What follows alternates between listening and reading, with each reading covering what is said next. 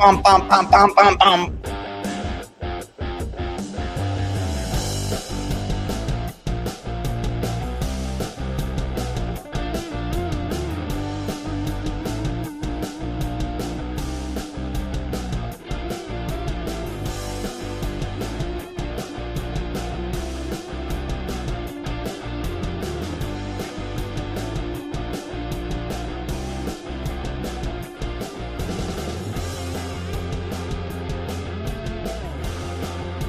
Gesundheit.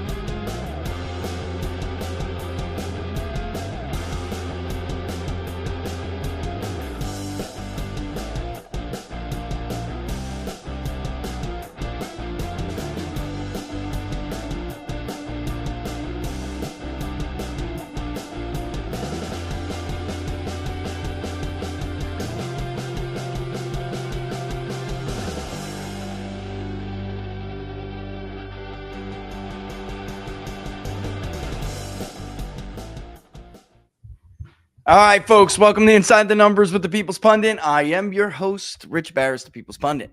Don't forget, if you like the videos, smash the like button. Send them far and wide to your friends and family and like-minded people. If you're on YouTube, mosey on over to Rumble and subscribe there. That would be great. And like there, it's like a minute of your time and it's an enormous amount of help. So we'd appreciate it if you do that. Thanks so much.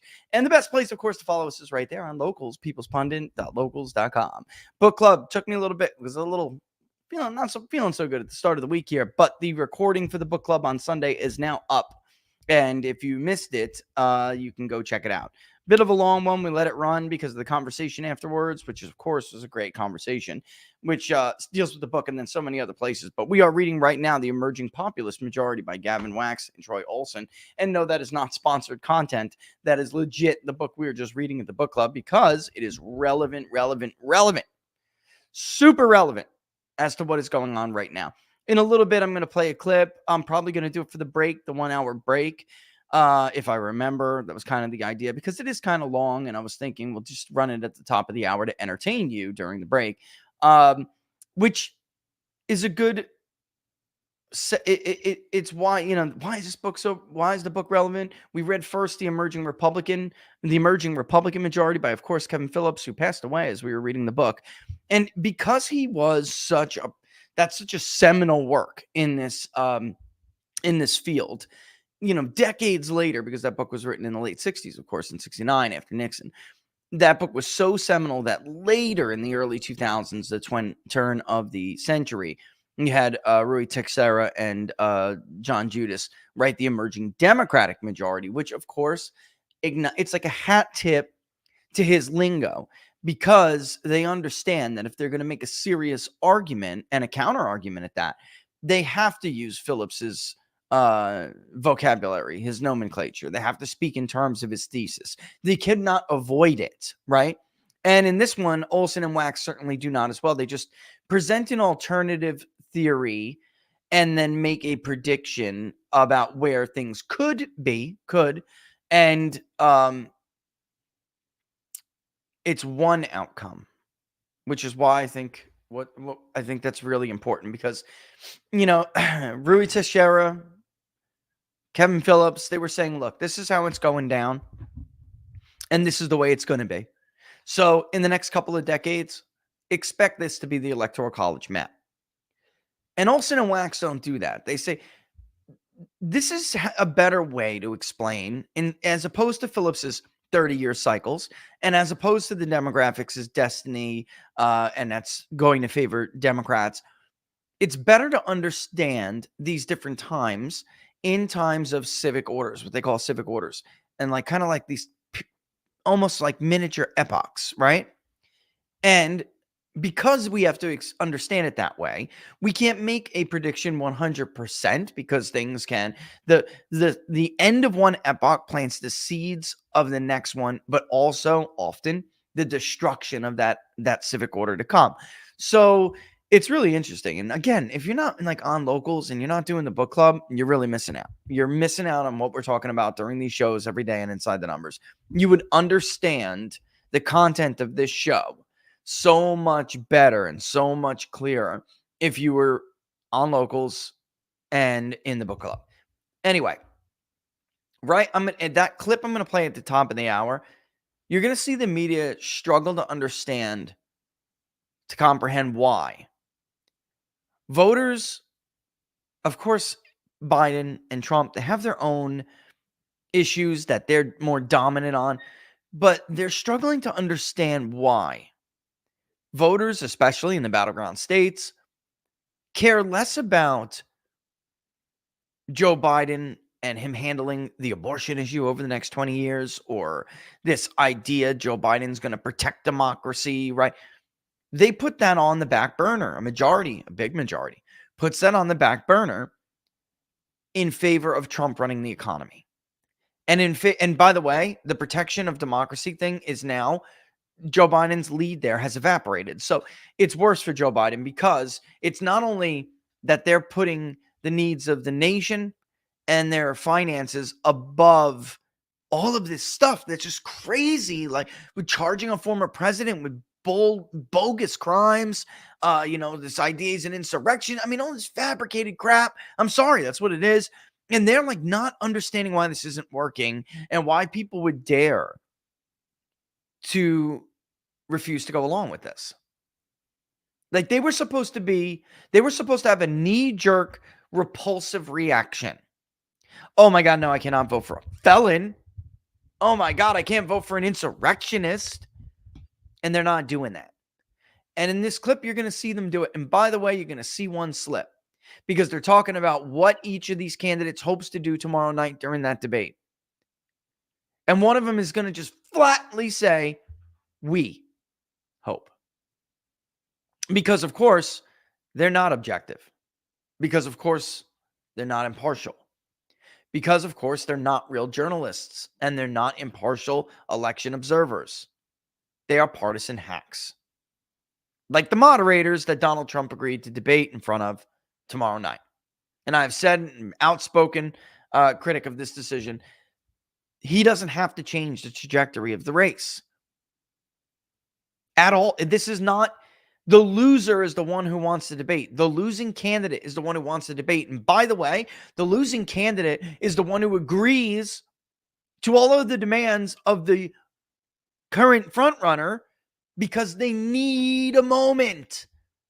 They need a moment to change the trajectory of the race. Donald Trump does not need that. I'm going to play a clip, and it's of good old Tom Bevan at Real Clear Politics.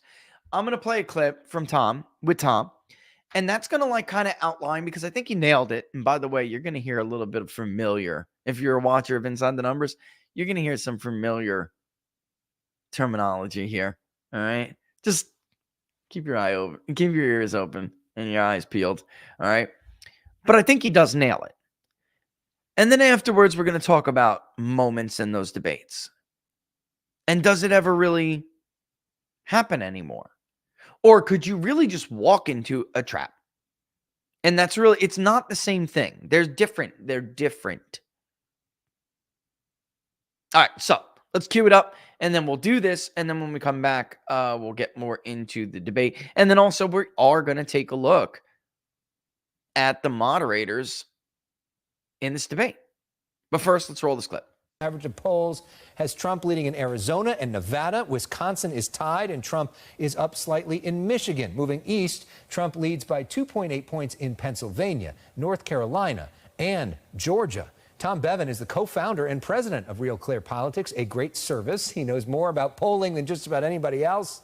He joins us now with He's more. A smart guy. Thanks so much for being here. We appreciate it. We appreciate the work you do. What is the state of the race right now? Is Donald Trump ahead? Perfect example of rigging, and I'm going to let Tom answer that question in a second. Perfect example of rigging in this country is, for instance, Tom Bevan and all the guys and girls over at Real Clear Politics. They invented the polling average. Yet if you go to Google right now and you click in, for example, 2020 presidential polls, or 2020 or 2024 presidential polls, or maybe look for a battleground state and just type in polls, you will see that you may have to click to page 2 on Google to get to Real Clear Politics. Why? Because Real Clear Politics refuses to give up its business model in the name of the Trump derangement syndrome era that journalism is in. Meaning, they have always been the most objective voice in this industry. You could always go to Real Clear Politics and see immediately, just right from the headlines, the way they lay out the site and everything. Here's what the right wants you to think. Here's what the left wants you to think, because they would give you both sides and both points of view. Well, listen, I got personal experience with this. I had to listen to Katie Hobbs's lawyers berate Real Clear Politics and insult Real Clear Politics while I was on the stand testifying in the Kerry Lake voter fraud trial. And the lawyer explained it perfectly, called him a right-leaning website.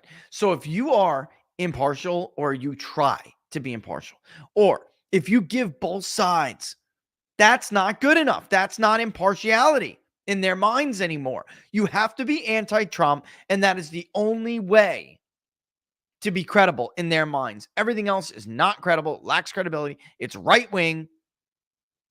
I mean, we can go to Real Clear Politics right now, and you will see what I'm talking about.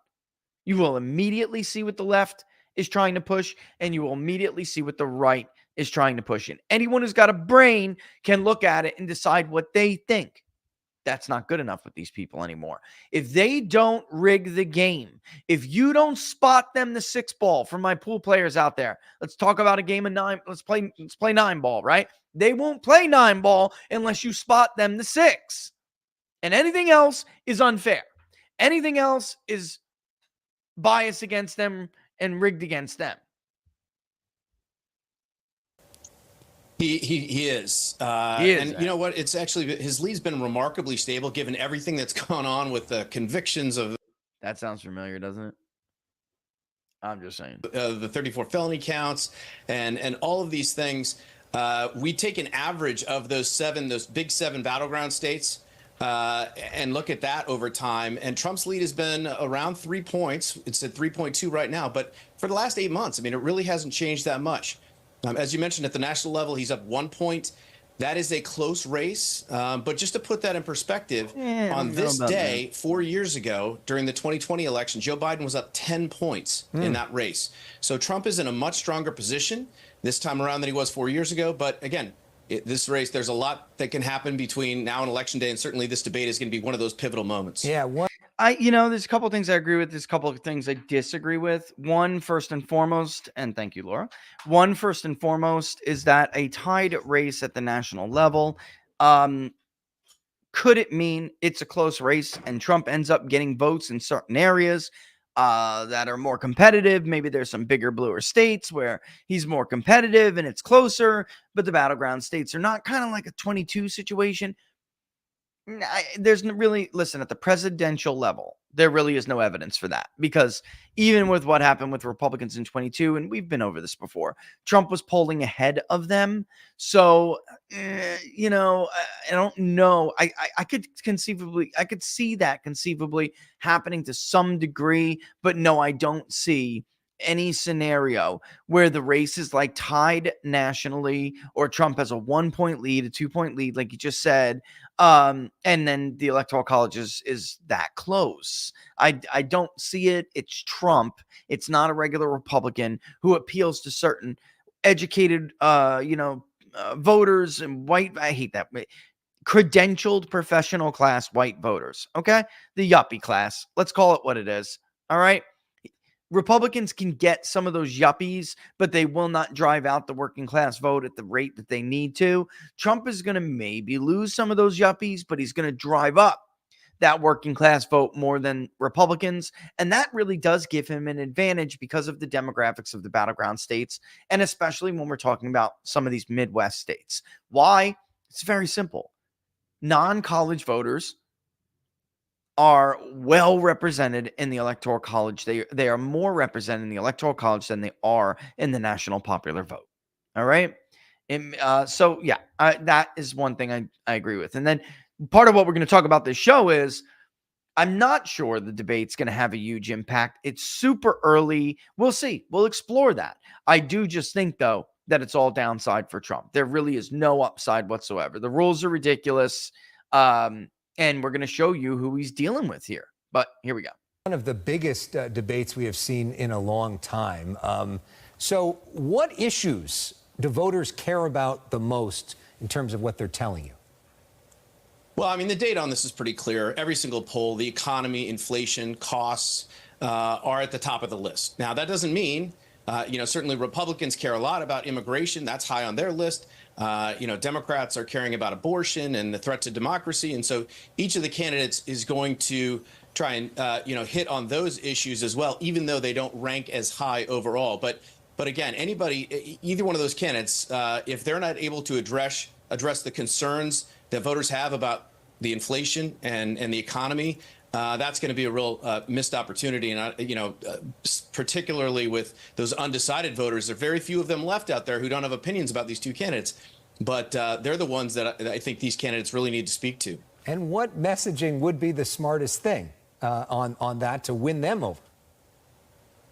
Well, I mean, Joe Biden has to he has to show a record of accomplishments. Certainly, Trump is going to talk about his time in office. Yeah, I disagree. Again, what I think Joe Biden has to do is very simple. Joe Biden has to use the rigged nature of this debate to sufficiently scare voters who voted for him in 2020 and are now either voting for Donald Trump, not voting, or voting third party. And the problem Joe Biden's going to have is it's very, very early. Now, he's going to rely on the media to spin up these clips, run these clips, spin them and run with them. He's going to rely on very, very low expectations that have been set for him.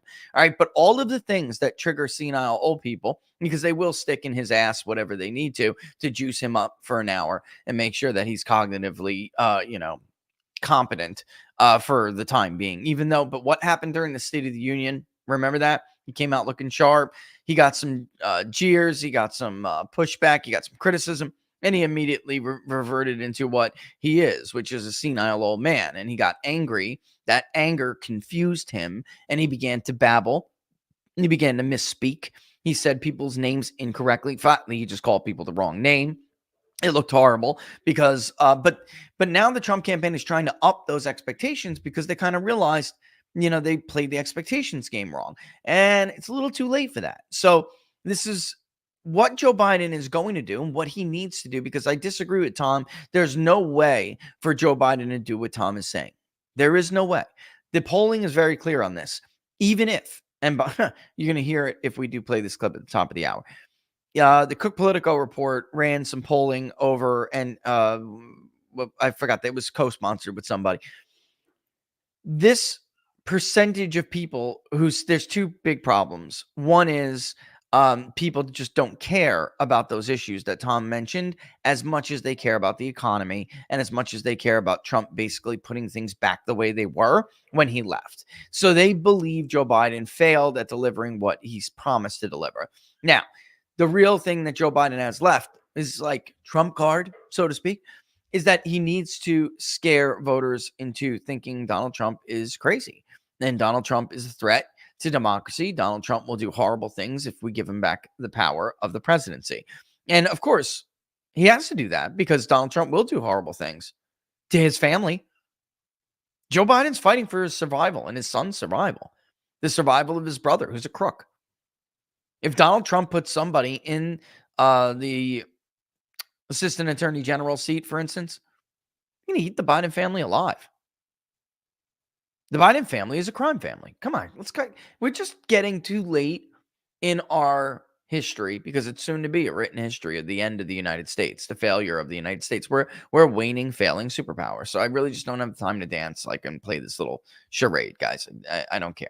I don't care anymore. They're protecting the activity that they have engaged in the last 40 years. And when Trump got in last time, he gave people a pass, which is, by the way, tradition. It is tradition.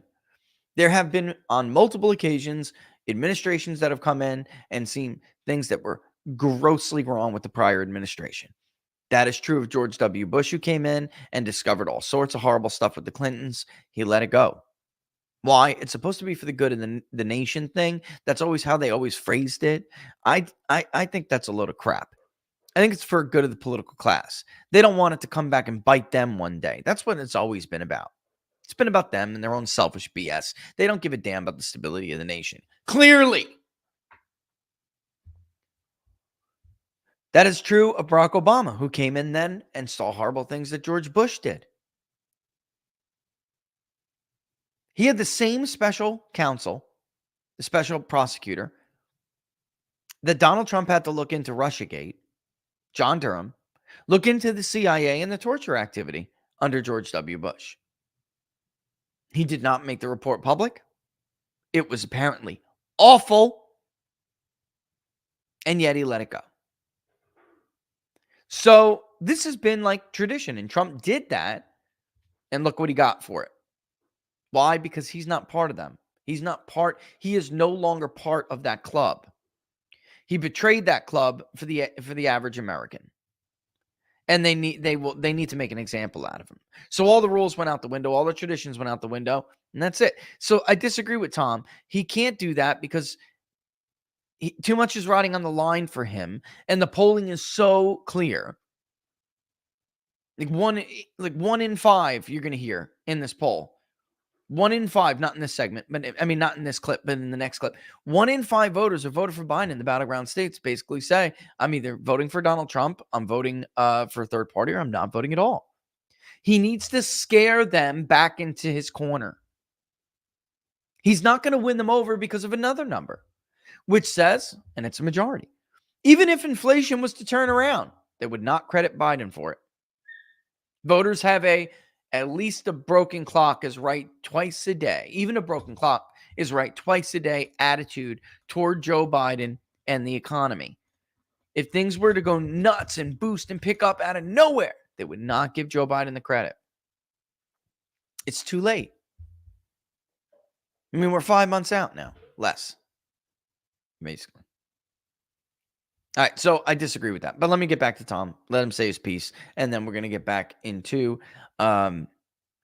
what you really need to expect. Because I think there's a lot of people who are like over their expectations for like Trump's dominance. So I'm going to show you a poll in a second. Their expectations for Trump's dominance in this debate, I think they're not being cautious enough. The power it hasn't been that long. You don't remember the power of a rigged system?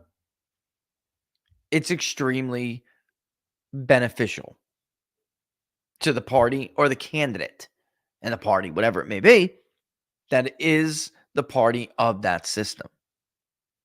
All right, let's go back to Tom. And ask that question that Ronald Reagan famously asked, in the 1980 campaign, which was, are you better off now than you were 4 years ago? And according to what the data shows, voters are looking back at Trump's time in office much more favorably than they did at the time, particularly on those economic issues. And so that's something that he'll talk about. And Joe Biden will talk about how he's lowered prescription drug costs, student debt forgiveness, and those sorts of things to try and give voters some sort of breathing room in this economy. Because, when you talk about where the prices are at the gas pump, at the grocery store, rent and home buying, it's a real struggle for a lot of people out there. In terms of how debates matter or how much they matter, a lot of people in the past have said that they're sort of overrated in terms of how much they matter. But we've never had a debate this early before. We've never had a presidential candidate in his 80s like this before. How much do you think that this debate matters, and what does history tell us? Yeah, I mean, we can argue that one round or square. I mean, the last time that, debate mattered significantly, I mean, you could maybe say it was the 1960 debate between Nixon and JFK, first one on television. Obviously, that was a huge pivotal moment in that race. In some of these other races, candidates have stumbled but found their footing. Ronald Reagan's debate, his first debate wasn't great. Barack Obama's debate in 2012, that election, his first debate wasn't very good. But hold on. Historical context is very important here because it's confusing. There was only one debate in 1980 with Carter, which interestingly enough was late in the season. historically late in the season, whereas this one, we have never had a debate this early before. And people are, it's the middle of summer. This could be the one benefit to Donald Trump if this doesn't go his way because of the way that they're gonna can this thing. That could be the one benefit to him, which is that this is very, very early. And we're in the age of information. People have their opinions about these people or these two men already. And I'm not sure a debate, especially this early in the cycle, is going to have the staying power necessary for Joe Biden. But it doesn't mean there won't be some kind of temporary damage to Trump. There may be. We'll see. Or he could clean the clock. He could clean Biden's clock. I'm just saying you don't give yourself that kind of risk exposure unnecessarily. It's a bad decision. This is a bit of a look. Chris Lasividis, who is part of the main people at the Trump campaign, and Susie Wiles, they've been remarkably, what's the word I'm looking for? Disciplined. And they've kept Trump very disciplined, and they've minimized Trump's risk. How they handled the abortion issue is going to be perfect. It's a perfect example because during the primary, if you remember, there was a carrot being dangled. Let's move to the right. Let's move to the right. Let's move to the right. And Ron DeSantis wanted to win the Iowa caucus. So it was like very typical dynamic of a Republican primary, trying to get Trump to move to the right. He didn't. He took the position that is a general election viable position. And that doesn't matter. It doesn't really matter what he personally agrees with or what he doesn't. That is the only way to win a general election. If you take the Ron DeSantis position, if you take the Ted Cruz position to win the state of Iowa, then you are going to lose the general election. It's that simple. Sorry. That's the year we are in. And it is also due, in large part, to how Republicans handled the post-Roe environment. All right? They should have taken more incremental steps toward their finite goal, and they did not. They swung for the fences, and they swung and missed. All right, let's get to it. We're going to go back to that moment he said, by the way, and we're going to use it to segue into, and it's part of it's on the cover art, because I don't know about you guys. Does anybody miss Jim Lair? We're going to use it to segue into how different these moderators are now. What benefit? Trump had a golden opportunity to do something that desperately needed to be done. A reformation of the presidential debate process in this country. It does not serve the voter anymore. It serves the state. It serves the state's sponsored party. And it serves the advertisers that bankroll it. And the networks reap the benefits from those, but they're all part of, they're basically a wing of the state. It does not benefit the voter. And we needed this system to change, and Trump had a great opportunity to do it, and he did not. And it's very unfortunate. But he recovered in the next debate. The question here is whether there will be. They're talking about the second debate. There is one scheduled for September 10th on ABC News, but they have not set a venue for that. And I suspect that this might be the only presidential debate that we get this cycle. And therefore, to your point, I think it's hugely important. I think this is the only chance that these two candidates are going to get to speak directly to voters and make their case in what is right now a pretty darn close race. And in those debates, they had another debate a few weeks away.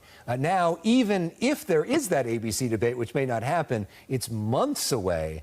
So what happens is going to matter. Real quickly, Donald Trump's got to pick a running mate within the next few weeks. Is the polling telling you anything in terms of that, in terms of what would be the best for him to do?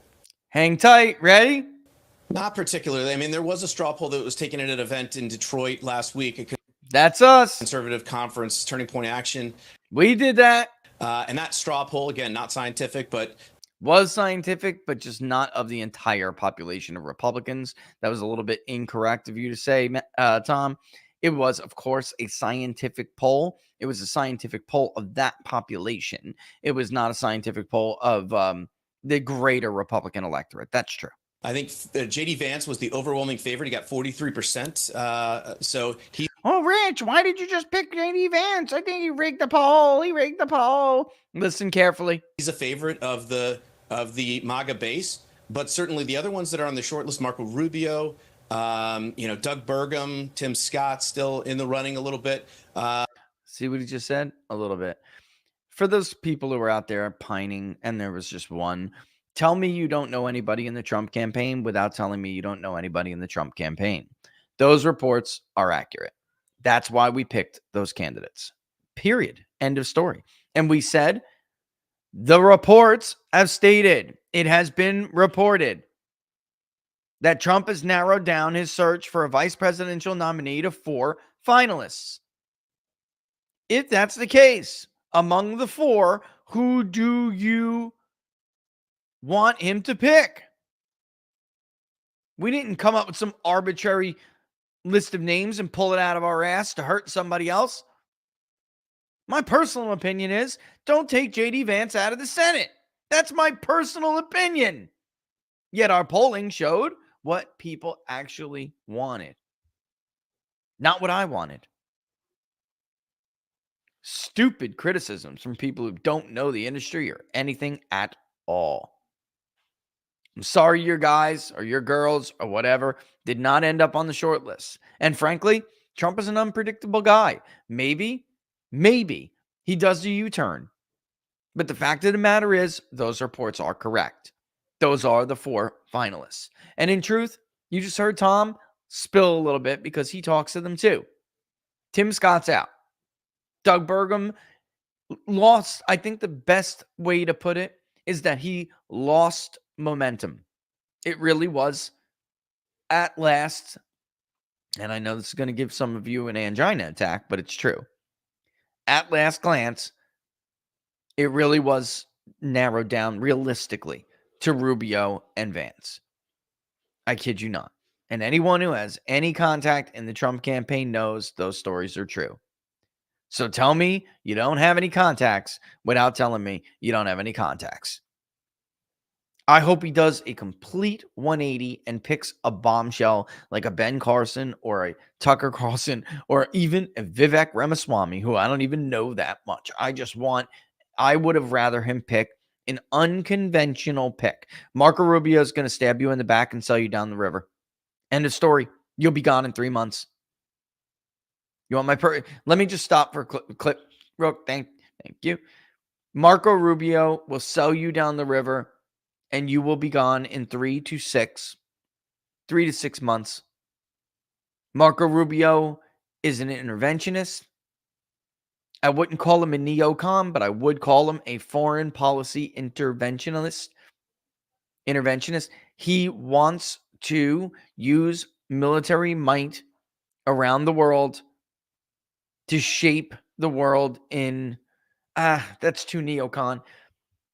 He's interventionist, period. I mean, I think that's the fairest way to put it. Now, to give Marco Rubio credit, behind closed doors, he has acknowledged that the war in Ukraine is over. And while he has been an ardent supporter of Ukraine and sending funds to Ukraine and Israel, of course, he knows the Ukrainians have lost the war. And he is looking for a way to exit stage left. So at least you can give him credit for that. However, is he MAGA? Is he America first? No, he's not. He's not. So that Trump makes that pick, it'll be a short Trump presidency. Let's get back to him. All of those candidates, I think, have their pluses and minuses. But at the end of the day, this is about who's at the top of the ticket, even though there are concerns about age, which I think makes the vice presidential pick a little bit more important and relevant this time around. But at the end of the day, people are going to be voting for either Donald Trump or Joe Biden. That's true. The vice presidential pick is... It's a different equation this time. We're usually obsessed about, well, it's got to be somebody who represents a region so we can help deliver certain states or a certain region. You know, JFK picking LBJ. That is probably, in 1960, probably the it is the strongest case ever made academically for vice presidential nominees having an impact on the race. And it's a weak case. It would be a stronger argument if you would have said, Well, if JFK didn't carry Illinois, if his daddy didn't help cook that up and cook up West Virginia from his old bootlegging days, Kennedys, another crime family that rose to prominence, the freaking bootlegger. It's an organized criminal. What do you think? These guys were like Ivy League, hanging out the tower from the jump? Wasn't. He made his money during Prohibition. He was a bootlegger. Criminal, dude. No better than Nucky Johnson. No better than Al Capone. Same thing. They just cleaned his ass up and put him in a suit.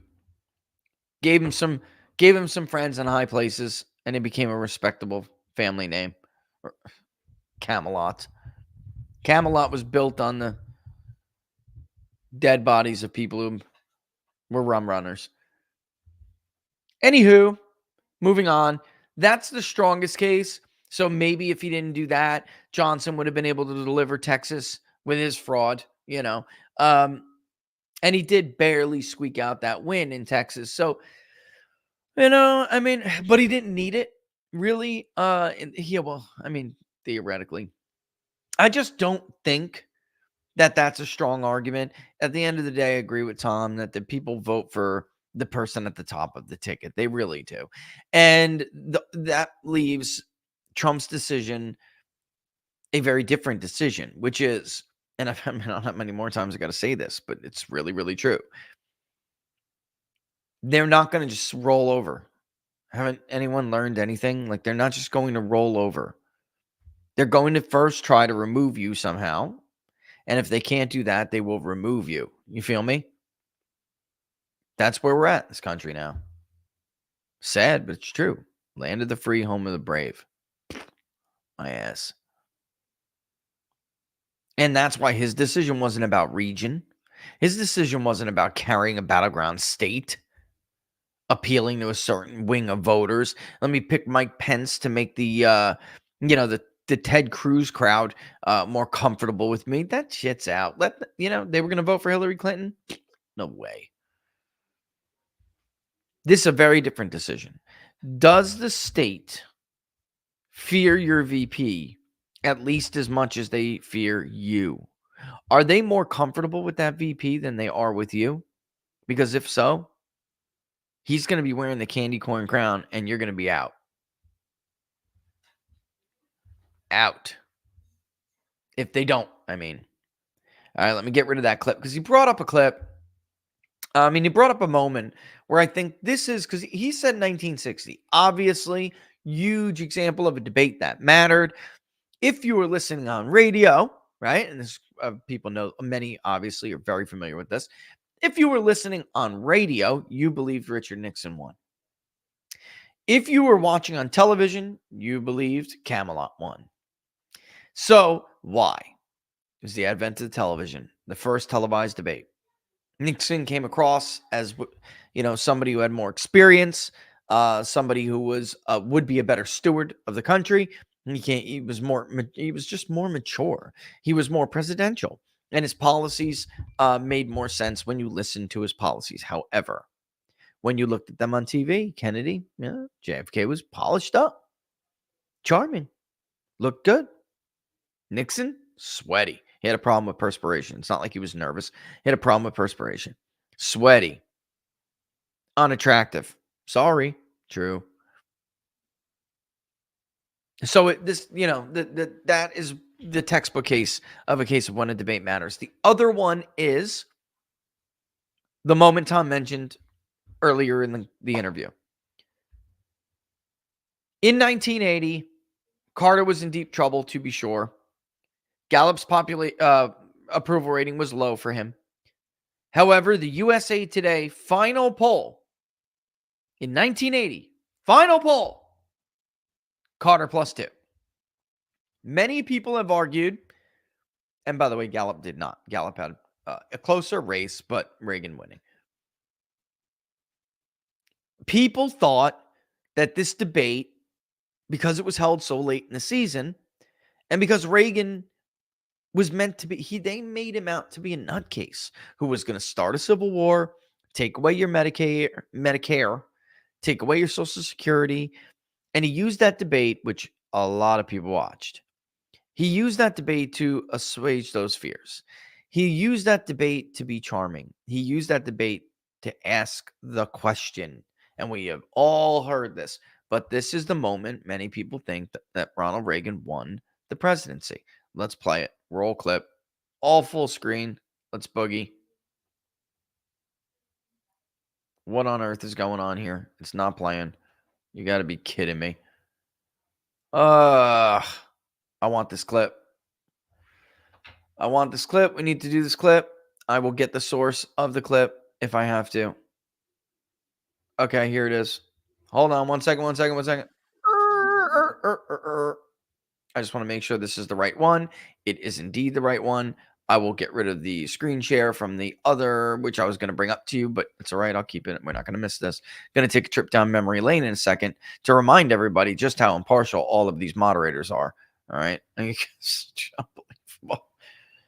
Remember how upset? My God, Donna Brazil gave the debate questions to Hillary. We have no idea how this happened. Oh my God. In all my years as a journalist. Right. Couple of days later, this report that we're gonna review and remind everybody of comes out. What a load, man. What a damn load. What a damn charade. Really. All right. 1 minute, go. Ronald Reagan, October 28th, 1980, closing statements. Next Tuesday, all of you will go to the polls. We'll stand there in the polling place and make a decision. I think when you make that decision, it might be well if you would ask yourself, are you better off than you were 4 years ago? Is it easier for you to go and buy things in the stores than it was 4 years ago? Is there more or less unemployment in the country than there was 4 years ago? Is America as respected throughout the world as it was? Do you feel that our security is as safe, that we're as strong as we were 4 years ago? And if you answer all of those questions yes, why then I think your choice is very obvious as to who you'll vote for. If you don't agree, if you don't think that this course that we've been on for the last 4 years is what you would like to see us follow for the next 4, then I could suggest another choice that you have. There it is, ladies and gentlemen. There it is. And I just grabbed it from the YouTube real quick. But Ronald Reagan, are you better off than you were 4 years ago? The, of course, famous moment. That would be, I would concede. That would be a moment, where we could say that a debate mattered.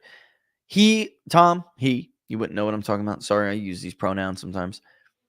Tom also brought up, and I stopped it because it was a little bit convoluted, of when Barack Obama had a bad debate in 2012, and he cited that specifically. Reagan had a bad debate. There was only one debate in 1980.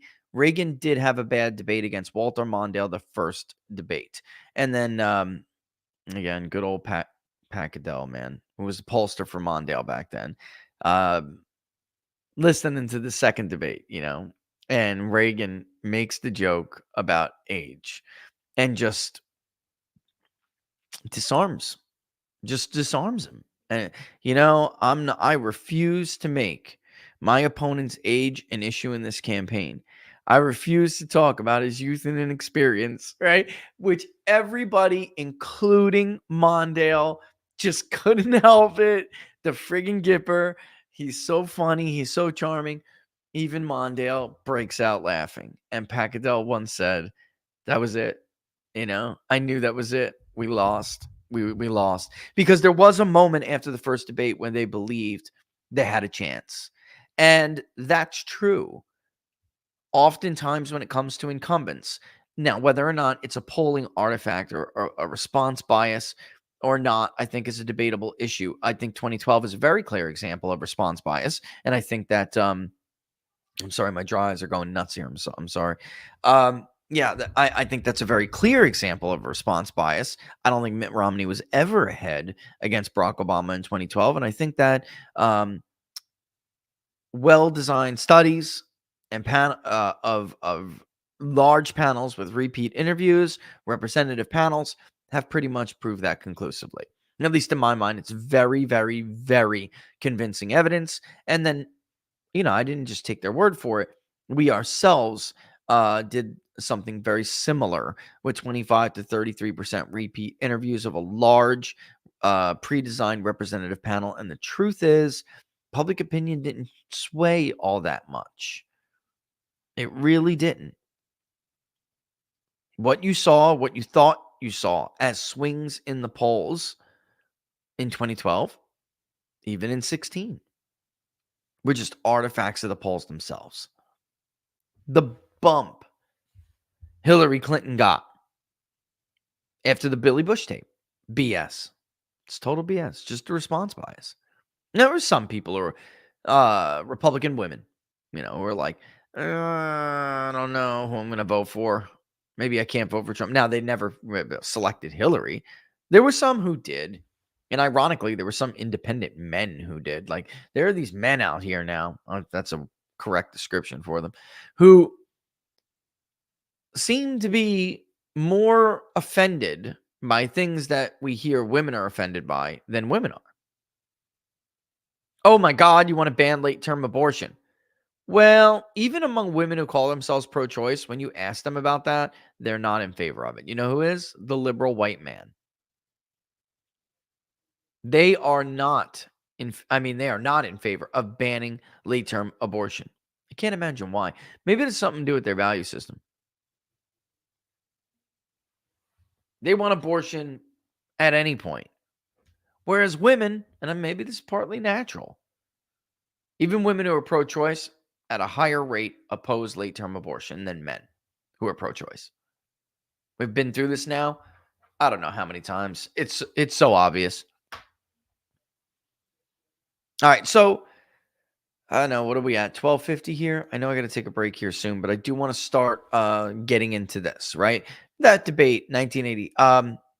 Real quick, let me just finish that. We'll get back to the 80 debate, but the point Tom was making is halfway valid. There's a bad debate with Mitt Romney. Barack Obama comes back in the second debate, which is traditionally the foreign policy debate.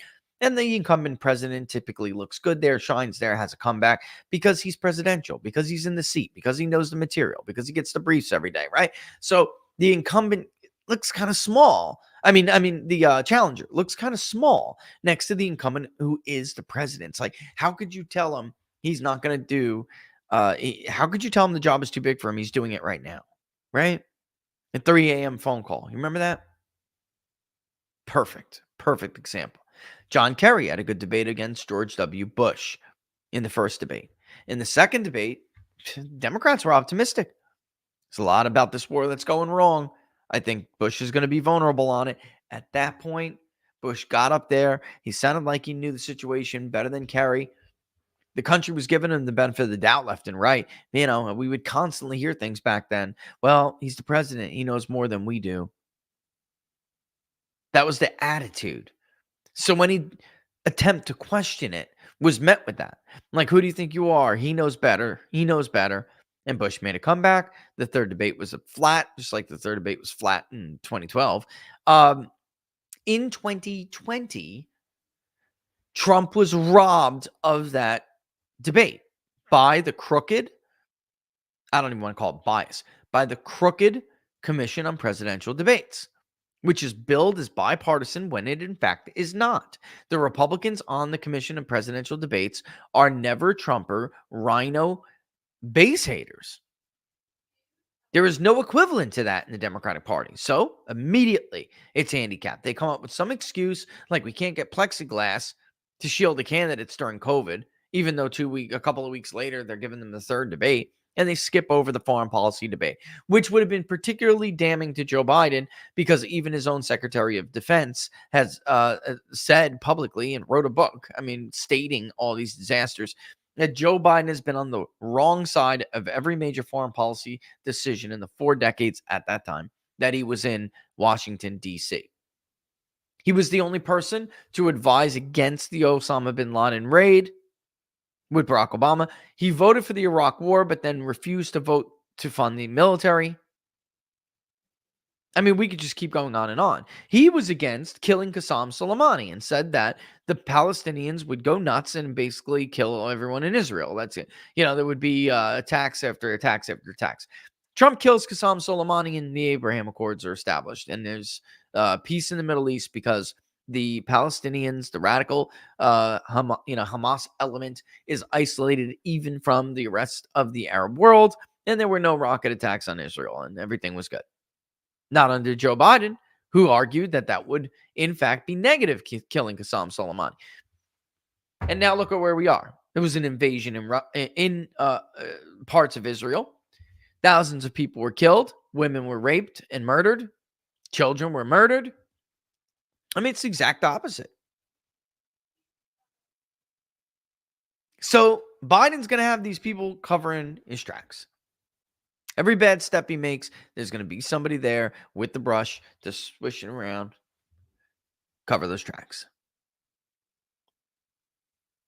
We got a preview of that when Trump surrogate Caroline Leavitt from New Hampshire went on CNN, the network where this is going to be taking place. It's just unbelievable. He held all the cards. He could have forced the president to do a completely different forum. You bring your debate moderator, you select one, I select one. No, you can't have a closed audience. No audience. It's what it is. No audience. But I'll tell you what.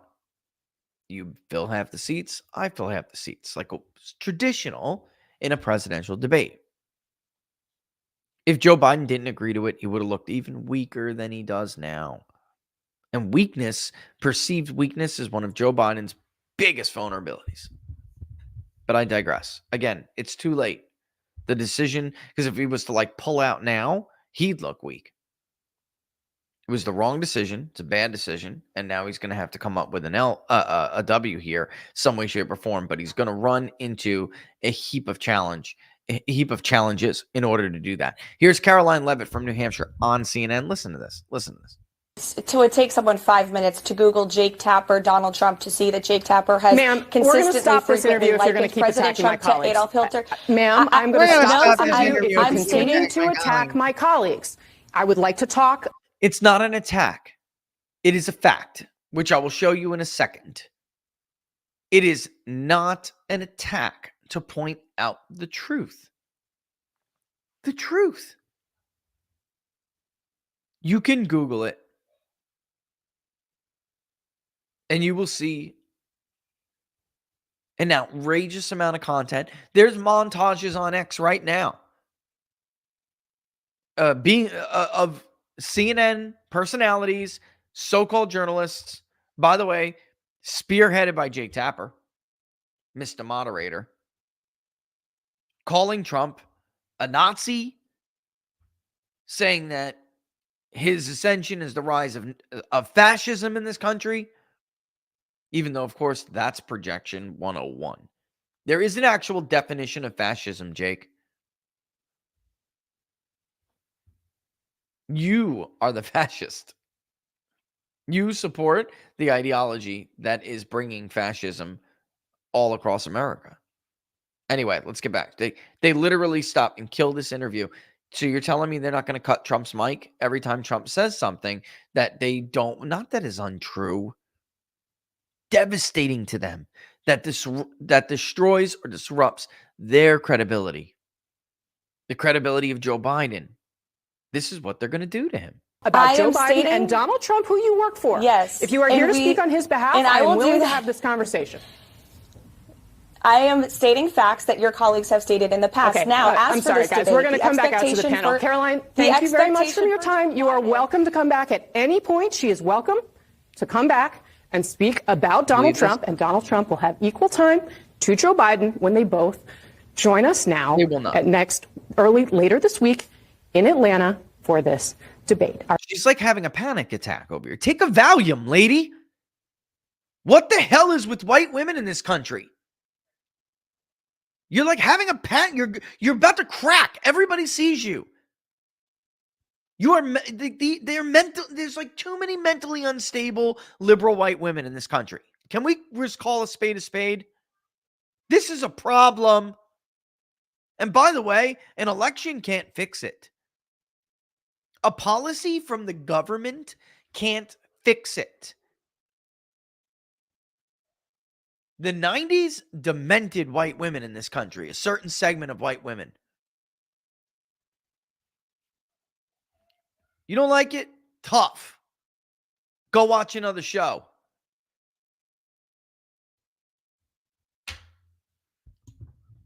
Somebody get this woman a diazepam. She's about to lose her shit. Why? Exposed. Mask ripped off. They're so used to having everything handicapped for them. The minute something like that happens, they have a meltdown.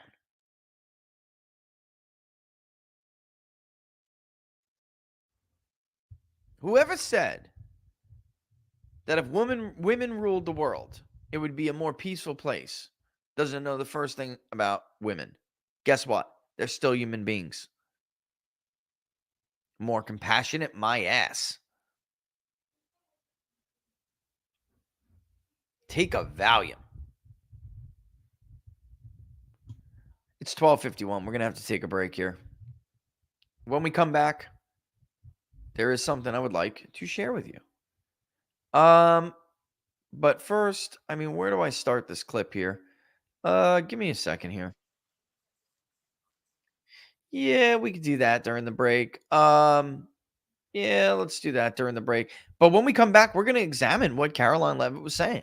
I remember, as soon as I heard that clip, I immediately thought of my days at PPD as the data journalism editor at PPD. I remember the stories, and I remembered specifically who they pertain to. And we're going to go down. It couldn't be more relevant, for crying out loud. It couldn't be more relevant. It's literally surrounding how Jake Tapper and his team prepare for these things. It's completely relevant given that they chose Jake Tapper as the voice to speak up against Donna Brazile, who they threw to the wolves, by the way. Donna Brazile at the time was a contributor. There was no way for her to get her hands on those questions without somebody on that team giving them to her. And for those who don't know what I'm talking about, Donna Brazile gave Hillary Clinton the debate questions before the debate between Donald Trump and Hillary Clinton on CNN. Outrageous. An outrageous breach of ethics and public trust.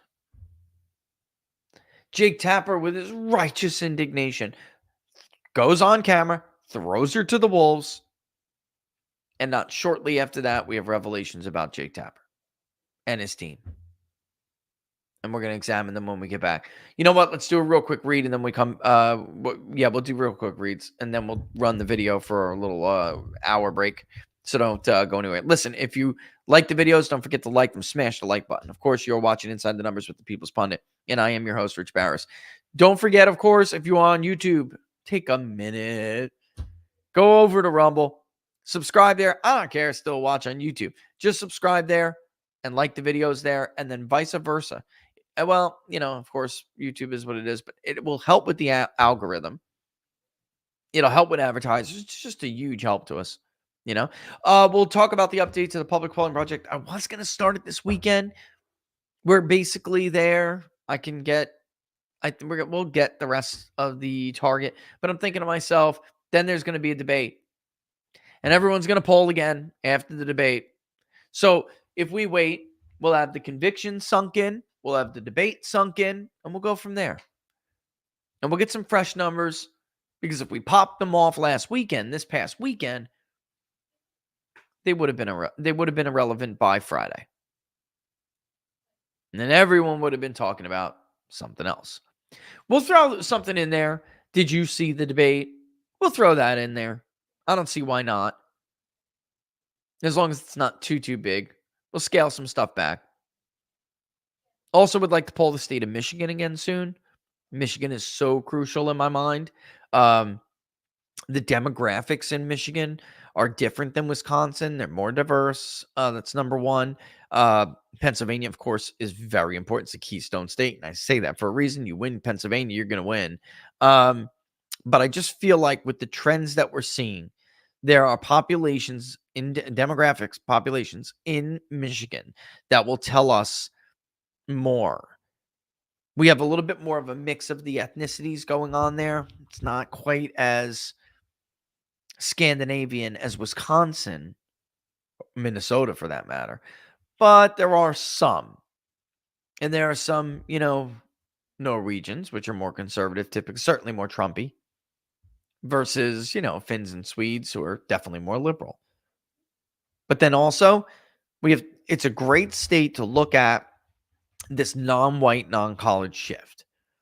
And if that continues and that does not revert to normal, remember the clip from Harry Enton we played last week? And he says, I've just been waiting for this thing to go back, for the polls to go back to showing what they typically show, and it hasn't happened. It's not happening. Well, Michigan would be a great place that if it does start to happen, we would see it.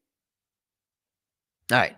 So stay clear. Let's do a read real quick. Let's pay the bills, keep the lights on, and we'll come back.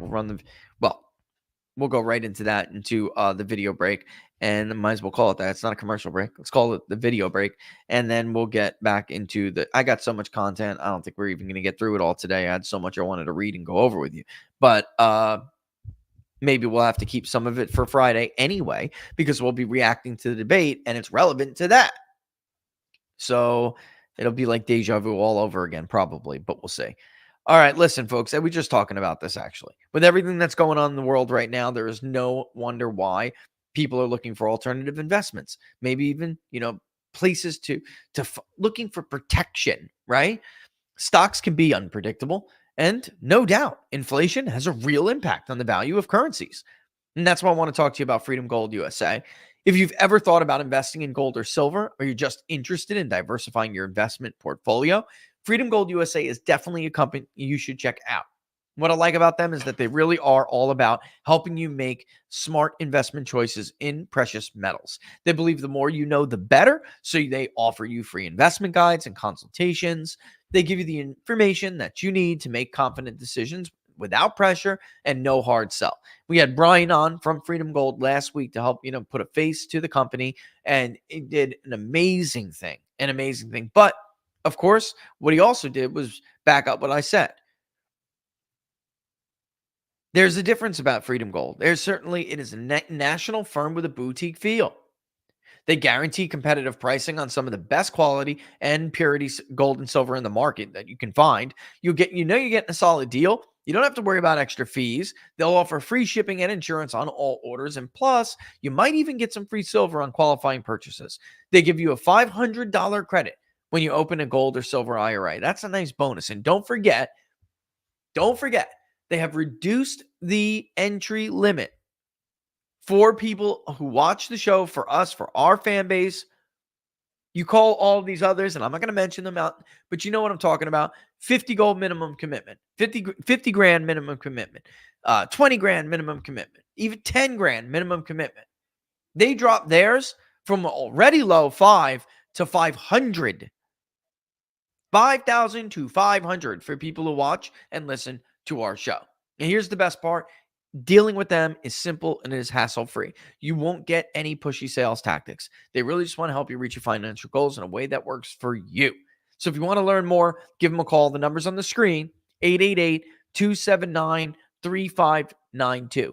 That is our number specifically, 888-279-3592. But it wouldn't hurt for you to say, hey, I'm calling because of the People's Pundit offer. This way you can get in at such a much lower cost than you can get in anywhere else, any of these other companies. Or you can go to their website, which they made just for us, freedomgoldusa.com/rich, freedomgoldusa.com/rich. Find out about their latest special offers and see what kind of deals you may qualify for. Give you the number again, 888-279-3592. And if you do take that entry deal, you're going in a raffle, you're going in a pool, and somebody's going to take home $500 in free gold, gold or silver. I can't, I think we have to go back and see what Brian said, but you will get thrown into that raffle, which, by the way, I excluded myself from because that deal was too good to pass up. But how crappy would it be if I won my own raffle? Can't do it. Again, let me give you the number one more time. 888-279-3592. 888-279-3592.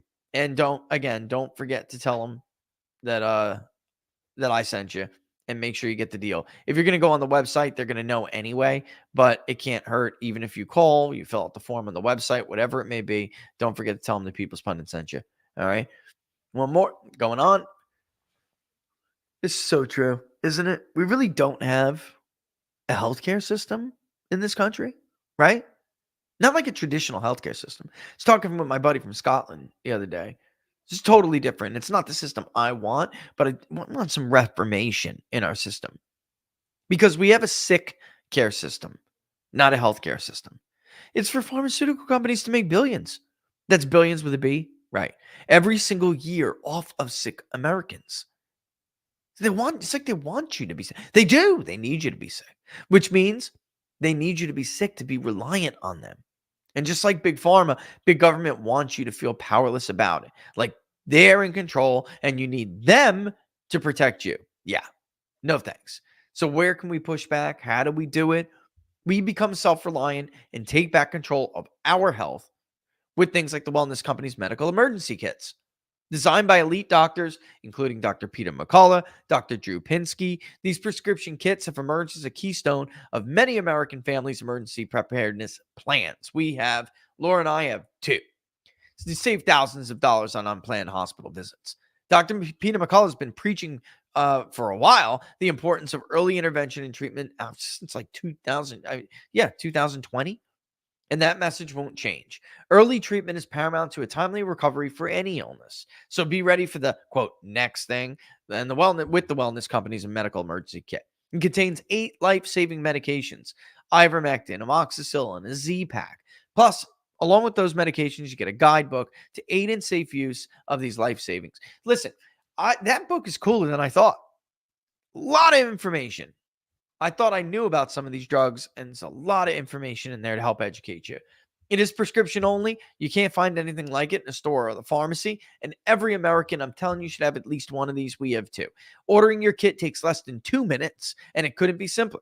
Go to twc.health/TPP. The link is in the description, but very simple. twc.health/TPP. And when you use that code TPP, when you use that link, which is going to go there, you'll get 10% off and free shipping with the purchase. Whether it's bird flu, monkeypox, COVID, cyber attacks, or drugstore shortages, you'll have what you need no matter what. It's peace of mind.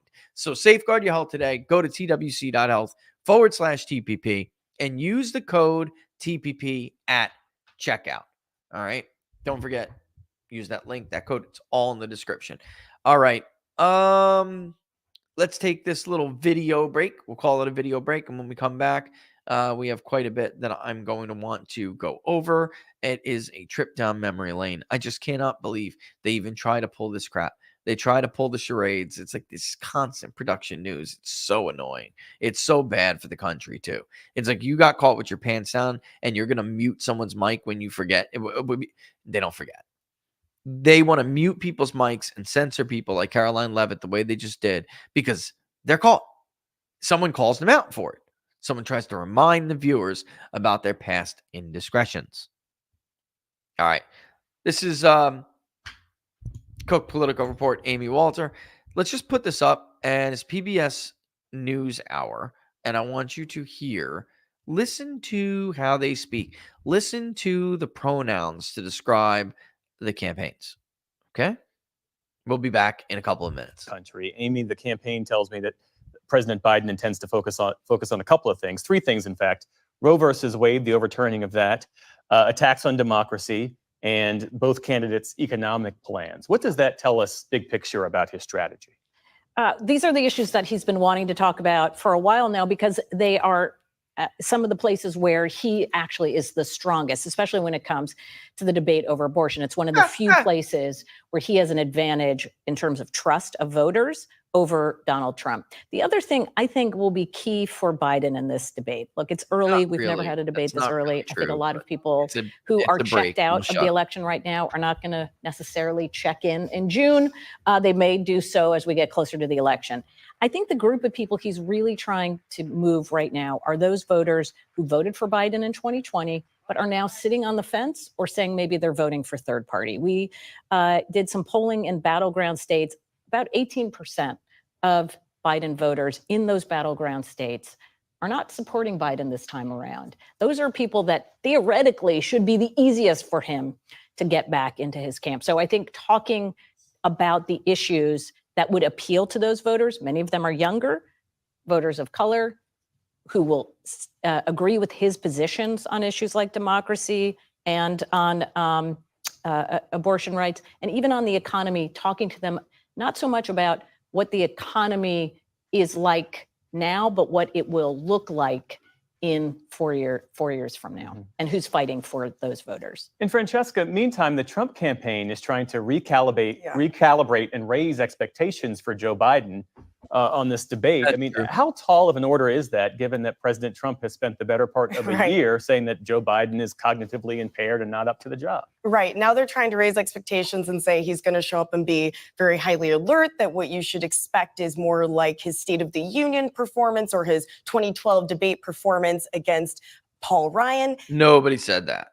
The State of the Union performance was a debacle. I'm sorry. I know this is supposed to be a video break, but it's just so hard for me to sit and listen to this dribble.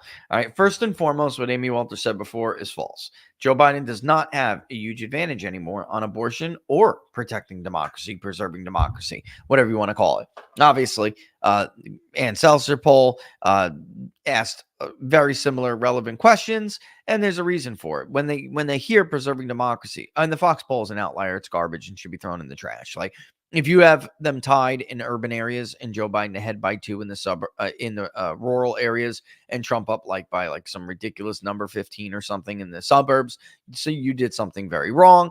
And you should not have released that, at least not without a caveat. And they did. That a caveat saying this may be an outlier. There's screwy stuff with this data, and other polls are not finding this. Maybe maybe we should take the results with a grain of salt. Most polls are finding that the abortion issue has closed dramatically because Donald Trump did not run as Ron DeSantis or Ted Cruz in the primary.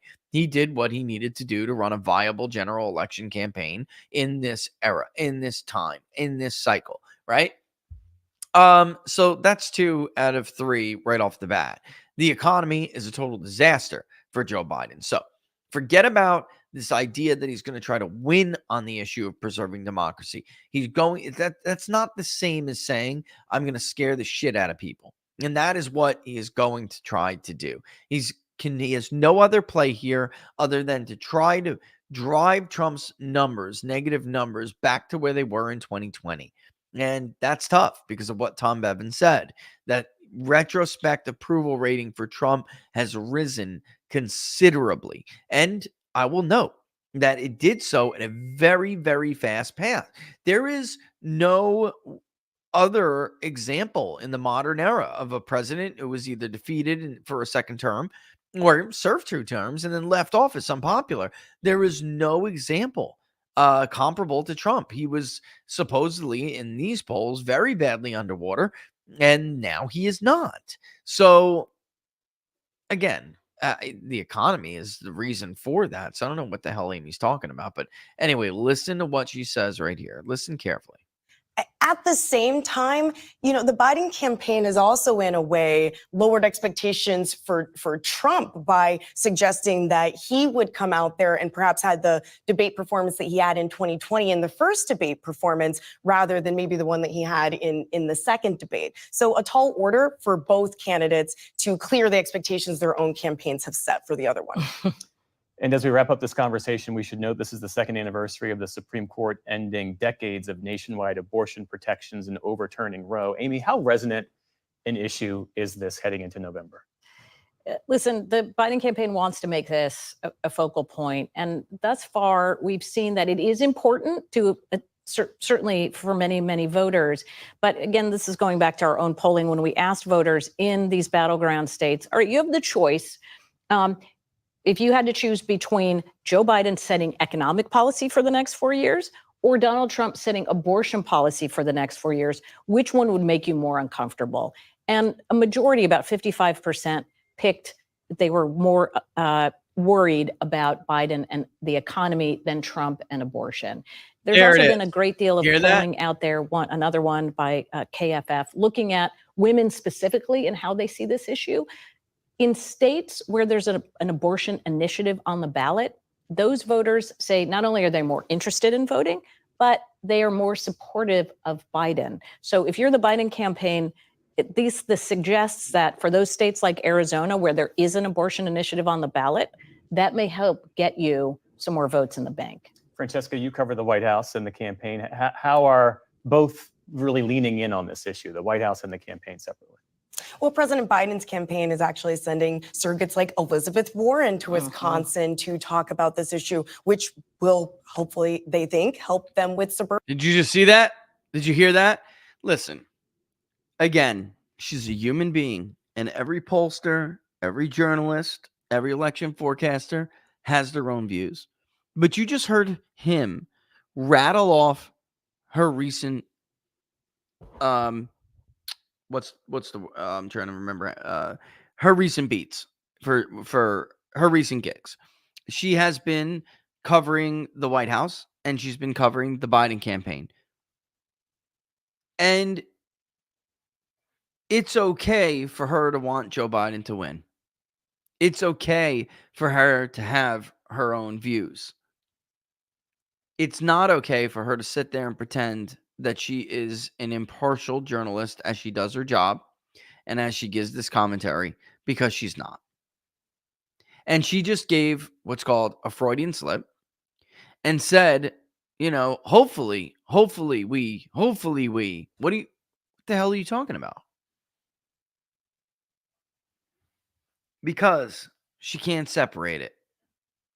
And she tried to correct herself. She tried to catch herself, but it was too late. Urban voters, suburban women as well. And so you would expect President Biden to focus on this heavily. They've released several ads this week on this, and also really tying it to their argument that Donald Trump is a threat to democracy. In their latest ad, they actually showed footage from January 6th in their latest abortion rights ad. Francesca Chambers, Amy Walter, thanks so much. We appreciate it. So there you have it. Those ads Biden spent, for those who don't know, and I meant to go over this in a little bit more detail, but Biden has spent a lot of money. His burn rate is ridiculous. Trump, even though he's paying all these legal bills, he has more cash on hand. Trump raised much more than him in May, which is not usual. Democrats raise more. They have more. And typically the burn rate at this point isn't as much. Joe Biden's got an incredibly high burn rate. And considering, he can only do how many Hollywood fundraisers a month? Honestly, because he's not getting low dollar contributions the way that Trump is. And low dollar is good for several reasons. One, it shows that you have more grassroots support. Those are actual votes that are going to come rolling in. And two, there are more of them, obviously, than in a high dollar donation pool. But two is that you can go back and tap them. All right. So not just for your PAC, but for your campaign, you can go back and you can, well, for the PACs, that's different. But you can go back and you can tap them again. Hey, give me another $50. Hey, can you give me another $100? Can you give me another $25? Whatever. Bernie used to take $5 donations and raise millions of dollars during his nomination contest. So, which he lost, but you know what I mean. So yeah, I think we need to keep that in perspective. All right. Do the poll first. Look at the poll first. Yeah, let's look at the poll first. Okay. I know it's very difficult to see. I'm going to read because I always get listen, I get a lot of things ahead of time before they go out. All right. And saw this early this morning, and it was embargoed at the time. This is what we're talking about with the expectations game, and that's a problem, okay? Oh, did I put the wrong poll up? Which one is it? Wait, no. Oh, no. Put the wrong poll up. Okay, but this is cool. I got it, the other one right here anyway. But this is cool. This is about Trump's VP pick. That's interesting in and of itself. I'll just have to do the quick way to show you this other poll, which is probably going to look clear anyway to you. This is the one I'm looking for, not that one. Although, just so you know, pretty interesting to see. Overall, though, they asked everybody. They didn't do a logic or a branching option. They asked everybody. And interestingly enough, will Trump's choice of vice presidential running mate make much of a difference in whether you vote for him or not? 13% said yes, 80% said no, 7% were undecided. If you look at the Republican column, the conservative column, it doesn't seem to make that much of a difference. All right. The not sures are going to vote for Trump. And the yeses, I'm thinking you could only please half of that number anyway. You're either going to pick somebody who appeals to the base and gins up turnout among the base and is square, doesn't betray the movement, whatever it may be.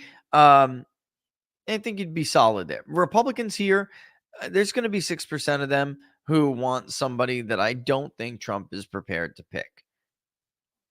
So you would cost, on paper, I'm willing to bet it's an equal amount depending on which way you go. You can't keep, you just can't please everyone. However, I would argue that it's actually worse for Trump to go with the side of that 12% that wants to see a more establishment pick. Why? Depression, base depression. And that's a serious problem. Mitt Romney depressed his base. They did not show up. Barack Obama was very beatable in 2012. Very beatable. And meanwhile, by the way, Obama prioritized his base. And even though it was a less Democratic electorate, even though Mitt Romney won independents, it didn't matter because Obama did not lose as much of his base as some people thought he would. Not present company excluded. I did not believe that was the case. I believed 100% they would vote for him, no matter what. I just don't know how anybody would think they would not have. But there are those numbers, and that's interesting. But I was trying to show this, okay? Which is, of course, about the debate. And I will read the question. President Joe Biden and former President Donald Trump are scheduled to meet June 27th in their first debate of this campaign, which may, again, end up being their only debate, by the way. Donald Trump is 78 years old. Joe Biden is 81 years old. Which candidate is more likely to have problems in the debate because of his age?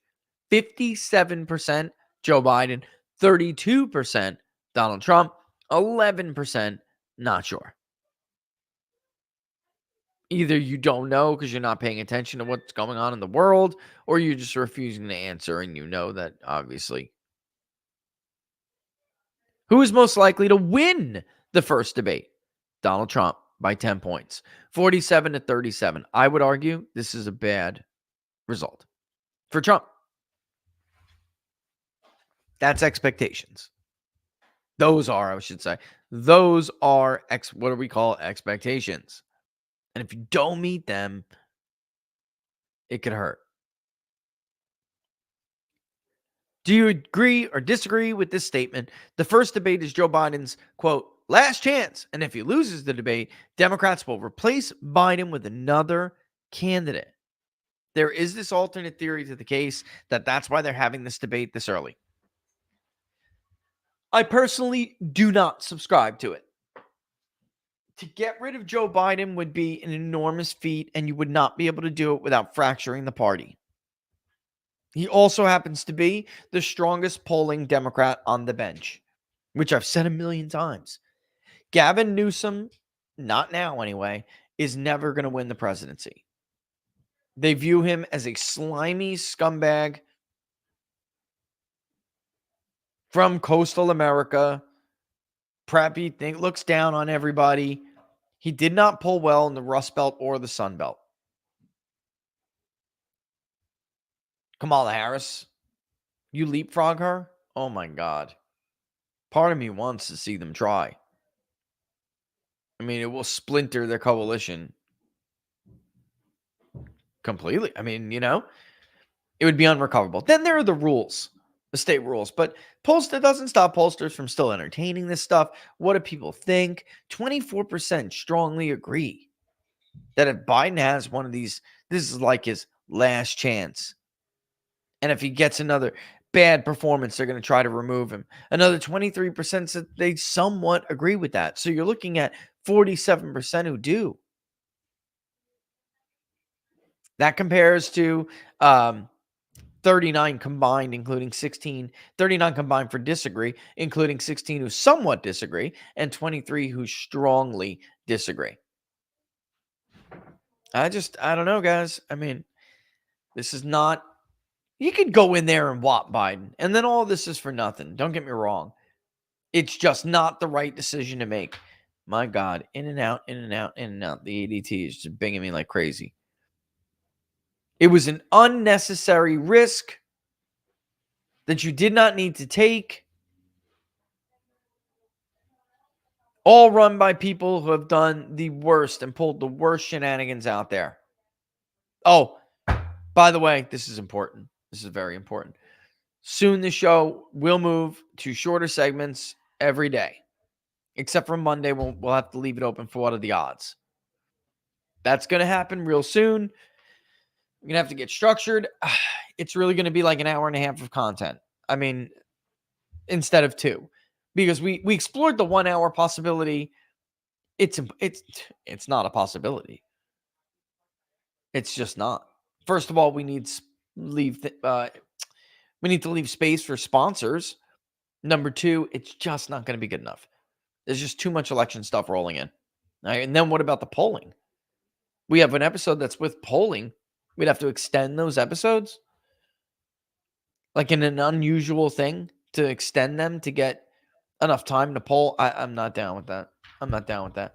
So we'll split the baby like Solomon down the middle. We'll do an hour and a half of content with those sponsors. And that's sounds like a fair trade to me. All right. Saw this piece on Real Clear Politics. Said I got to read this. Dealing with what we're dealing with this debate preview. We got to go back and learn what people have done in the past. Okay. Where are you? Don't forget. Whoops. Oh, crap. I opened the context.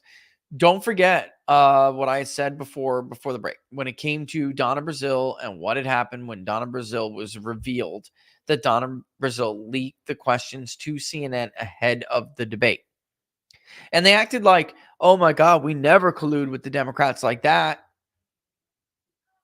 By the way, I didn't even mention, and I'm happy for it because we're going to talk about him right now. I mean, if it wasn't for this man, we wouldn't have any of this information. We would have our suspicions, which we've always had, that the media is totally in league with the Democratic Party, and we call them the Demediacratic Party. It's important we acknowledge this stuff. Now we could just basically lump them into the administrative state at this point. And they acted like that was aberrant behavior at CNN or something. Julian Assange got a deal to avoid jail time in the United States, and that is very good news, frankly. Listen, I'm not a huge fan of Julian Assange either. I think he was a little bit reckless. Even though I'm no sucker for the national security state, I do believe some of the stuff he put out was just stupid and could have, I don't think it did, but could have resulted in a problem. But most of the time when you hear the national security state or anybody say, we're not doing it because, it could get people hurt. We're protecting sources. We're protecting assets and sources. We don't want to cause, harm to anybody. It's the excuse the national security state uses all the time to avoid anyone conducting oversight or trying to hold them accountable for anything. We will compromise sources and methods.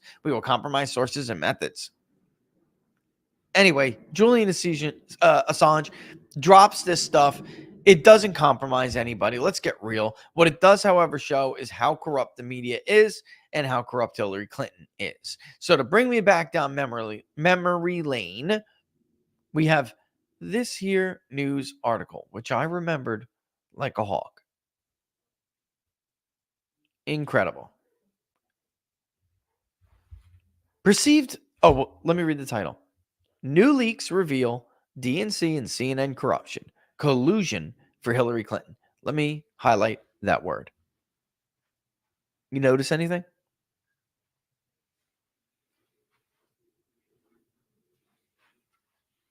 The media had such a bad stain on them after the WikiLeaks dump. They had to take that word collusion and make it refer to something else. So when people thought about it or heard that word, they did not think about their collusion. They did not think about their corruption. And they did it. They basically hijacked, after the 2016 election, they hijacked the word collusion.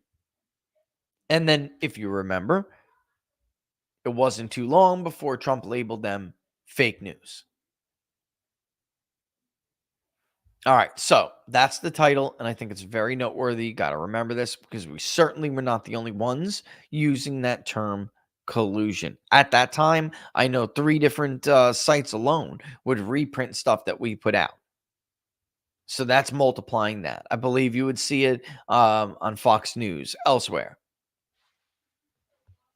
They use this word routinely to describe the relationship, which is an inappropriate relationship. It's a corrupted relationship between the media and the Democratic Party. And here is Mr. Debate Moderator about to get caught with his pants down because those emails, again, conclusively proved what we knew to be true, but simply didn't have the black and white for it.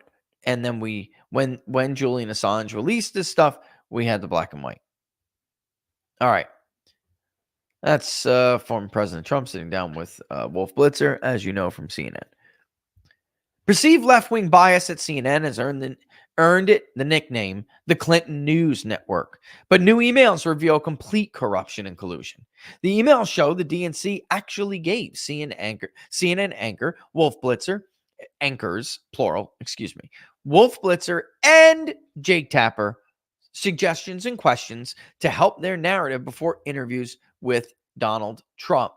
And you'll see there's, in the case of Jake Tapper, he did it during the interviews with Ted Cruz as well. The latest batch of 8,263 emails released on Sunday night also show CNN asked the DNC for advice when it came to interviewing former Republican candidate Ted Cruz. Mr. Cruz was Trump's chief rival throughout much of the primary season. An email dated April 28th, sent from the DNC research director, Lauren Dillon, read, subject, Cruz on CNN, stated, CNN is looking for questions. Please send some topical, interesting ones. Let me explain this again here, folks. The DNC research director, Lauren Dillon, sent an email with the subject line, Cruz on CNN, and it stated, CNN is looking for questions. Please send some topical, interesting ones. Only a few days before, on April 25th, she asked for questions from officials and staffers for an interview that CNN's Wolf Blitzer was conducting with Donald Trump. And here you can very clearly see the email right here. Reminder, Kelly, please take lead. Folks, send your questions and any necessary backup to Kelly. April 24th, Wolf Blitzer is interviewing Trump on Tuesday ahead of his foreign policy address on Wednesday. Please send some thoughts by 10:30 a.m. tomorrow. Thanks. Holy schlit. Yet, one day before that, on October 24th, Dillon sent the above email, which we just read. That was before Trump's foreign policy address. He was giving an entire doctrine speech, which he lined out, principled realism. The subject line read, Trump questions for CNN. And then you can hear what I referred to before when it was the Cruz interview. CNN is looking for questions. Please send some topical, interesting ones. Maybe a couple on Fiorina. At that time was Carly Fiorina. Why? Well, so they could pull the gender card. And make both of these candidates, frankly, at the time, Cruz and Trump, unpalatable to women. The email above, which was dated April 28th, and the subject line was Cruz on CNN reads, CNN is looking for questions, blah, blah, blah, blah, blah. That email was also sent from Dillon to other officials and staffers. And I'm not going to reread it again. Those are the quotes. There were numerous questions submitted by the DNC for Blitzer to ask the New York businessman. However, in a follow-up email, she informed the group of staffers that particular Trump interview ended up being canceled. CNN said the interview was canceled as of now, but we'll keep the questions for the next one. Good to have for others as well. Dillon wrote. Again, Dillon is DNC. She's upset that interview with Donald Trump was canceled, but they're going to hang on to those questions. Hang on to them. This is insane. This is outrageous. DNC Deputy Communications Director Christina Freundlich responded to Dillon's email with boo, meaning she was disappointed. The cancellation of the interview. Still, Blitzer, who was hammered for bias by Newt Gingrich during a GOP presidential primary debate, remember that? In 2012, Newt Gingrich demolished him. Anyway, he's been working at CNN since 1990. He did interview Trump on May 4th. Further, in a separate email exchange that was dated April 28th, Jason Sear, who is a writer for Jake Tapper, a trusted journalist and host of CNN's State of the Union, emailed Pablo, I always mess this up, Pablo Marquez, a former DNC media booker, thanking him and said he needed to know ASAP, quote, ASAP if we want to offer Jake Tapper questions to ask us.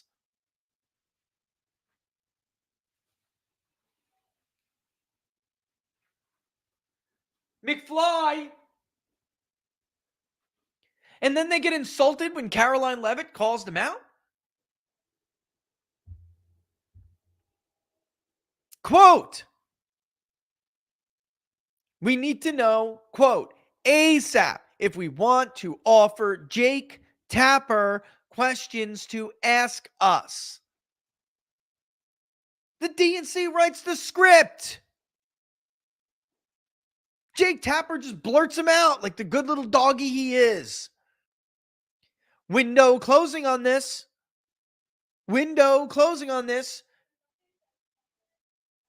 Need to know ASAP if we want to offer Jake Tapper questions to ask. Sent from my iPhone. Casually. Boom. Just like that. Good old Pablo.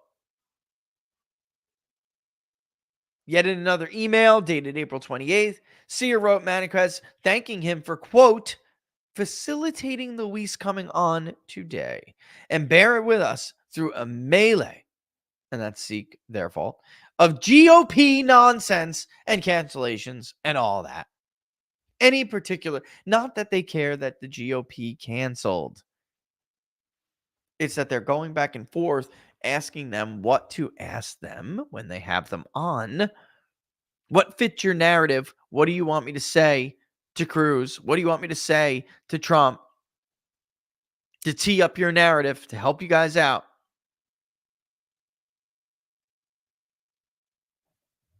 This is incredible. Any particular points he'll want to make, we're going to stay Dem focused. They drive the interview, and they will drive the debate. This is it. Black and white, indisputable. There is no gray area here at all. The DNC is communicating either directly, but usually through the team of these associated anchors and their shows, which again, we are in communication with people all the time, want to book and talk, but that's not what this is. This is something else. I don't know what else you would need. And she acts like she's just like so, so outraged, so offended. How dare you talk about my colleague like that? You want to see some nasty crap? Go to that database and type in Chuck Todd. Gets even worse. Oh, by the way, speaking of Chuck Todd, had apparently seats at the closed DNC fundraiser. All right. And not Jake Tapper. This is Chuck Todd. And got in. I'm trying to be careful here because that's another thing, by the way. I mean, that's in here. We have this report too.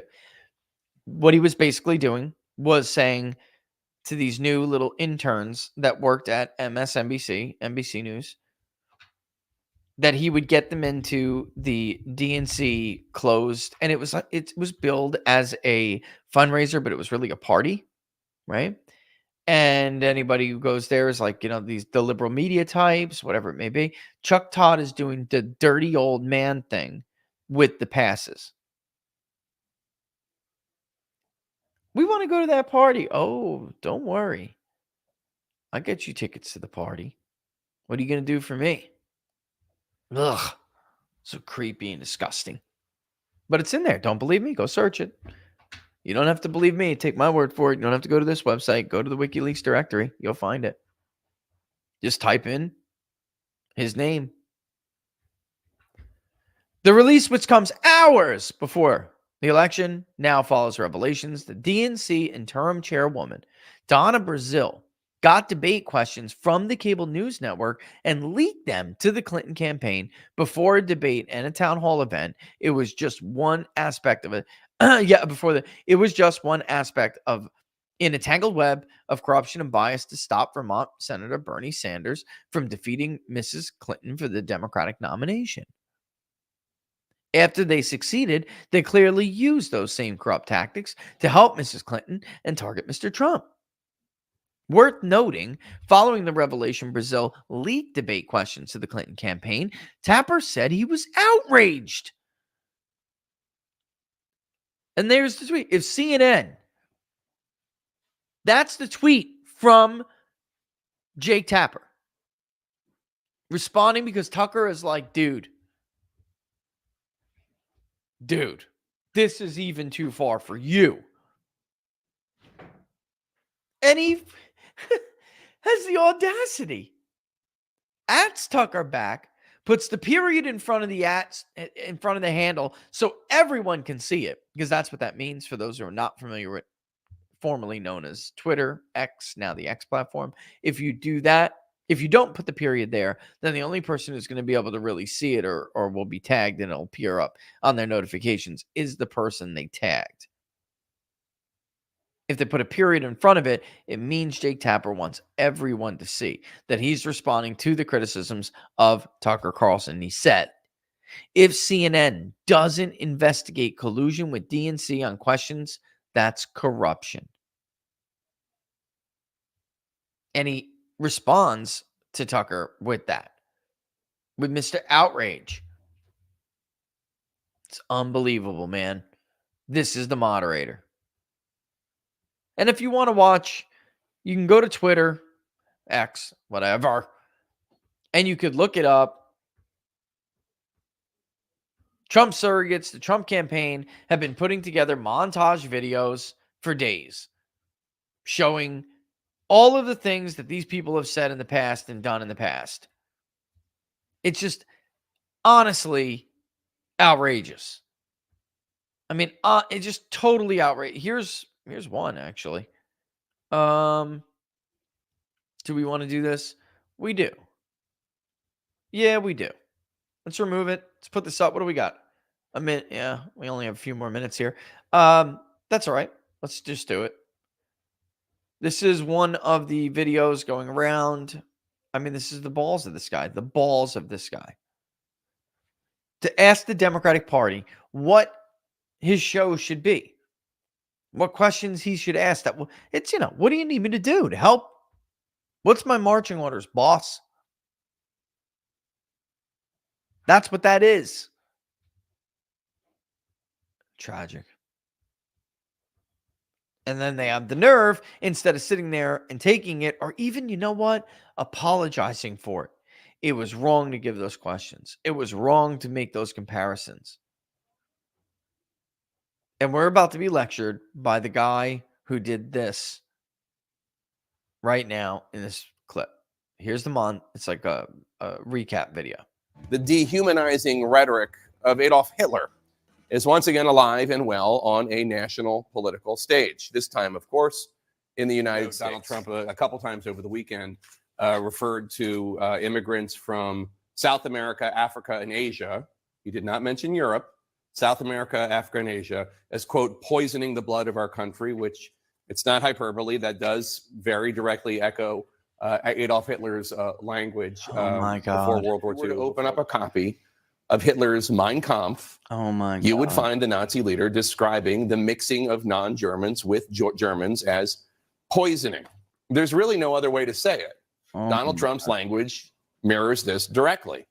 The dehumanizing rhetoric of Adolf Hitler is once again alive. There's really no other way to say this, Jake. You take your marching orders from the Democratic Party and you just come up with this stuff, when they give it to you, and you push whatever they want you to push so you can get their narrative in place. The very fine people hoax. All Mexicans are rapists. Jake Tapper is responsible for mainstreaming the dossier story, the fake dossier. He's responsible. Yes, the Daily Beast published it. And it was being shopped for months in and around Capitol Hill and different media outlets, and nobody wanted to touch it. It was Jake Tapper who took it mainstream when he went to his show in the primetime hour and brought up the Daily Beast report. And he would try to hedge it with, we just want to tell you that CNN hasn't verified this. Verified what? I mean, there is so much. Let's talk individually. It's just so bad. This guy's the moderator. And I just wonder what purpose does this serve the nation? What purpose does this serve the voter? It's a completely corrupted system. Serves no purpose. This isn't going to help anybody except for maybe the Democratic Party, which is the goal. I mean, it's just unbelievable. All right, we don't have time, unfortunately. I'll do it right now. I have a feeling we're going to wind up reading this on, let me put link. I don't know, Getter. You may not be able to get it. Yeah, Getter flags my thing sometimes. Is it going to flag it? No, but it did split it up. So sorry about that. But locals, you have no problem. No problem. Rumble, you should have no problem. We were going to read this. If I had the time, I would have read it, but I didn't. We ran out. It's a good piece. It's a great piece. You absolutely have to read that, and then maybe be ready for, if you want to, maybe be ready to discuss the content of it on Friday, because we're going to be able to go back and say, if what pans out, I believe to be panning out right now, does pan out, and it's going to be very relevant. And for those who can't see, it is from Real Clear Investigations. It's a Paul Sperry investigation. Jake Tapper, Jake Tapper. They're one and the same. James Clapper, Mr. October Surprise. How Obama's intel czar rigged 2016 and 2020 debates against Trump. What time is it? Let's see if we can get this in real quick. I mean, you guys got it, but let's see if we can. And it doesn't mean we can't discuss it on Friday. It's just I want to see if I can get at least some of this in here. And I know I got to leave room at the end. All right, but here we go. Here it is. And that's obviously former President Barack Obama announces Jake Tapper announces, well, because it's the same. Jake Tapper also pushed the hell out of the against his fellow colleagues in journalism at the risk of sacrificing the First Amendment. He supported them when they banned the New York Post for reporting on the laptop, which of course was now, as we know, not propaganda from Russia. Not. Just before Donald Trump and Hillary Clinton faced off in their second presidential debate, then National Security Director James Clapper met in the White House with a small group of advisors to President Obama to hatch a plan to put out a first-of-its-kind intelligence report warning the voting public that, quote, the Russian government, unquote, was interfering in the election by allegedly breaching the Clinton campaign's email system. And again, we know that it was not a foreign power who did that remotely. The download speeds are way too quick. Way too quick. October 7th, 2016, just 2 days before the presidential debate between Trump and Clinton, Clapper issued the unprecedented intelligence advisory with Obama's personal blessing. It seemed to lend credence to what the Obama camp was telling the media, that Trump was working with the Russian president, Vladimir Putin, through a secret back channel to steal the election. Sure enough, the Democratic nominee pounced on it to smear, quote, Trump in the debate. How much you want to bet that regardless of the fact that his son is literally, well, he was just convicted of the lesser stuff that, fortunately for the Bidens, he was only really charged with the one gun-related, I would say. I mean, right? I mean, what's the proper way to say this? He was not charged with money laundering. He was not charged with bribery. He was not charged with racketeering. He was not charged with selling influence, selling public influence. He wasn't charged with any of that. Nothing along those lines. And that wouldn't be the only historical consequential maneuver for Clapper, whose role in skewing presidential campaigns might deserve a special place in the media of nefarious election meddling by, in this case, a domestic, not foreign, intelligence service. How do we know that, though? How do we know that, though? Right? All right, it is 1:54 now. I guess we're going to get in the wrap sign here. You know how it goes. Check it out, read it, because I have a feeling we're going to be going over it again, or at least the content of it, and remembering, what has been done in the past. I have a feeling we're going to see this. This is going to be deja vu on Thursday night. So rest assured, Jake Tapper no doubt has his DNC provided questions ready to rock and roll. I'm telling you, there's just no doubt. All right. Don't forget, if you like the videos, to smash the like button. If you're on Rumble, it would be great if you take a minute to if you're on YouTube, it would be great if you could take a minute to mosey on over to Rumble, subscribe there, like the video there. It's enormously helpful for the algorithms, for advertisers. It is a big, big help, and it'll take less than a minute of your time. All right. Also, public polling project, the link is in the description. But like I said, it's a good thing we wait till the debate. It is. So we'll have it all baked in at that point, and we'll go over the weekend to give people what would be like a 48-hour marinate period, something like that. Maybe not even. We'll see how it goes. And I feel like I'm missing something. Today, of course, is Wednesday. It's Savage Wednesday with Sean Parnell. Don't miss it. And I feel like I'm missing something else. I really do, but I guess not. So that's it. The best place, of course, to follow us is on Locals, and it's right down here. peoplespundit.locals.com, peoplespundit.locals.com. Locals, don't forget, if you missed the book club and you want to check out what we did on Sunday, the recorded archive is now up, a little over 2 hours long. It was a big conversation toward the end. We just kind of went over on it, as we usually do. But I usually like to stop the recording, even if we're still having a discussion, when we get to the 2-hour mark, because it can be so big sometimes it won't even upload. All right. I think that's it. If I'm missing some kind of media appearance, I'm sorry, and I'll have to fix that another time. But Sean Parnell Battleground Live starts at 5 Eastern Standard Time, and I'll be on around usually 5:10, 5:15, maybe not. Sometimes it brings me right on. Not sure how it's going to go this week. So just do yourself a favor and tune in to Parnell at 5 p.m. It is Battleground. You can find him at Sean Parnell USA, on both X and Truth. And Getter as well, by the way. But I'm not sure he shares that stuff there. So you really should just get on his Rumble channel and subscribe. And that'll give you an alert when we're going live. But the other way, the old-fashioned way, even though it's not going to give him likes, which you should try to give him, the old-fashioned way is, remembering, right? 5 p.m. Eastern Daylight Time. But yes, Eastern. And we're going to have a hell of a show here. There's so much to talk about. I already see some of the stuff we've been going back and forth with. I wish I could read the rest of that Paul Sperry. It's good. Try to read it in your downtime, all right? Because on Friday, I'm telling you, we're going to be bringing this up again. All right. With that in mind, I'm out like Trout, and I will see you guys on Parnell at 5. Don't forget, you're watching Inside the Numbers with the People's Pundit. I'm your host, Rich Barris, the People's Pundit. Sign up for locals. And thanks to our sponsors. All the links are in the description down below as well. With the Wellness Company, grab yourself a kit, get yourself peace of mind, and also, of course, Freedom Gold USA. If you can, take advantage of that offer. I'm telling you, I don't know how long they're going to keep it up for, but that is unheard of in this business. Unheard of.